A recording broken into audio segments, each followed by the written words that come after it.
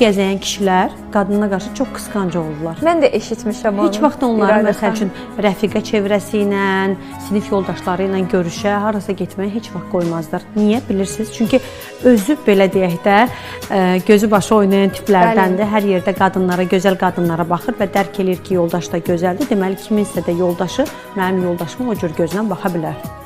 İrayda xanım, o zaman belə desək doğru olarmı? Qeyd edirsiniz ki, çox qısqanc kişi öz güvəni olmayan kişidir. Yəni ondan ehtiyat edir ki, özündən daha üstün olacaqdır və o sahib çıxacaq onun qadınına. Yəni qadınım görəcək ki, məndən daha üstünü var, daha yaxşısı var. Bəli, heç xəyanət eləməsə belə, ağlından o fikrin keçməsi belə buna böyük zərbədir. Və mütəxəssis dəstək almağı mən hər zaman qeyd edirəm. Yəni istənilən bir psixoloji problem varsa, bunu həll etmək qat-qat asandır. Və belə bir fikir oxumuşdum ki, bir kişi həyat yoldaşına nələri qadağan edirsə, özü başqa qadınlarda məhz ona baxır. Bəli.